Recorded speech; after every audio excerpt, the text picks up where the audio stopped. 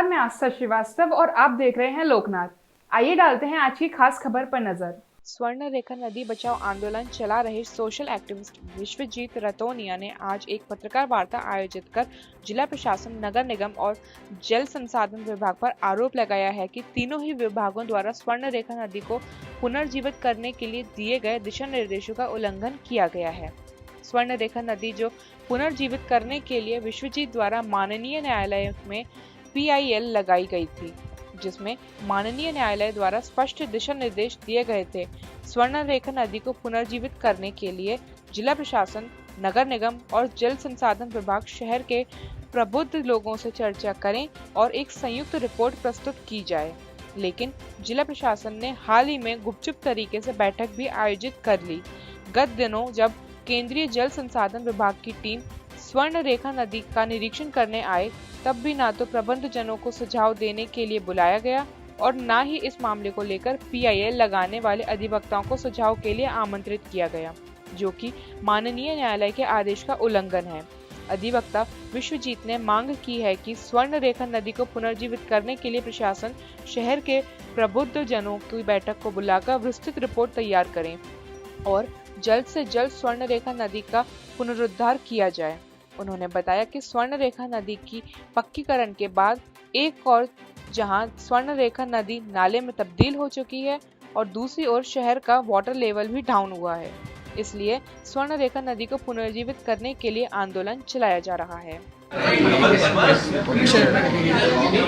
देखिए, आप सभी जानते हैं कि माननीय न्यायालय के समक्ष ग्वालियर की जो जीवनदायिनी नदी थी स्वर्ण रेखा नदी, उसको बचाने के लिए लड़ाई लड़ी जा रही है और माननीय न्यायालय ने उस पर 22/2 को एक 8 सदस्यीय समिति भी बनाई थी, न्याय मित्री बनाए थे, जवाब पेश करने को कहा था।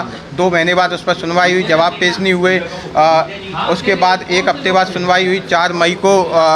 उस सुनवाई के दौरान माननीय न्यायालय ने कलेक्टर को, ग्वालियर कलेक्टर, निगम आयुक्त ग्वालियर और जल संसाधन विभाग के इंजीनियर को, अधिकारी को उसमें तलब किया था। वो लोग वहाँ उपस्थित हुए थे और तीनों ने संयुक्त रूप से ये कहा था कि हम इस पर रोड मैप बनाएंगे, विकास के लिए काम करेंगे। और उस पर अगली सुनवाई जो है 4 जुलाई को उस पर सुनिश्चित की गई है और उनको उपस्थित होने के लिए उसमें कहा गया है। हमारा इतना मानना है कि माननीय न्यायालय की जो टिप्पणी थी, इसमें टिप्पणी जो थी कि शहर के तमाम प्रबुद्ध नागरिकों को इसमें भागीदार बनाया जाए और इसे जन आंदोलन के रूप में विकसित किया जाए, लेकिन ग्वालियर के कलेक्टर ने, ग्वालियर के नगर निगम आयुक्त जो हैं उन्होंने और तमाम सारे अधिकारी जो हैं उन्होंने इसमें किसी भी प्रकार की जन भागीदारी सुनिश्चित नहीं की है। और कल जब नर्मदा बेसिन के अधिकारियों ने और केंद्रीय जल आयोग के लोगों ने निरीक्षण किया, उसकी जो कॉपी है मेरे सामने, उसमें स्पष्ट तौर पर लिखा हुआ है कि याचिकाकर्ता की ओर सूचना, लेकिन इस याचिकाकर्ता को भी किसी भी प्रकार की सूचना नहीं दी गई है। शहर के तमाम लोग जो टिप्पणी में उन्होंने माननीय न्यायालय ने कहा था कि भागीदार बनाया जाए, उनको भी सूचना नहीं है।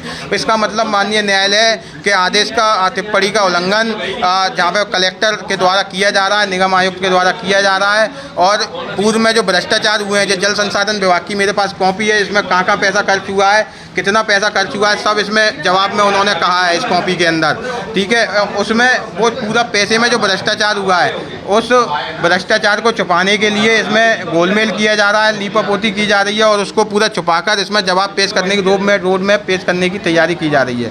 आपके माध्यम से हम अपील करना चाहते हैं कि जो पूर्व में भ्रष्टाचार हुआ, माननीय न्यायालय की टिप्पणी का जो उल्लंघन हो रहा है, उसको रोकने के लिए हमें काम करना है। माननीय न्यायालय की टिप्पणी को आगे बढ़ाते हुए माननीय न्यायालय ने जो कहा था कि इसमें जनभागीदारी सुनिश्चित की जाए, हम शहर के लोगों से, सभी पत्रकारों से, एडवोकेट से, समाज सेवियों से, जन आंदोलनों से जुड़े हुए लोगों से जो अपील करना चाहते हैं कि आप आइए और इस ग्वालियर की जीवनदायिनी नदी है, पानी पीने का अधिकार जो सुनिश्चित करवाती है, उसको बचाने की मुहिम में जुड़िए। और जो इसमें भ्रष्टाचार छुपाने का जो काम कर रहे हैं, न्यायालय के सामने जो हेराफेरी करना चाहते हैं, उसको भी हम उजागर करने का काम करते हैं। ऐसे ही वीडियोस को देखने के लिए आप हमारे YouTube चैनल को सब्सक्राइब करें। साथ ही हमारे अन्य सोशल मीडिया हैंडल्स जैसे कि Instagram और Facebook को भी आप फॉलो कर सकते हैं।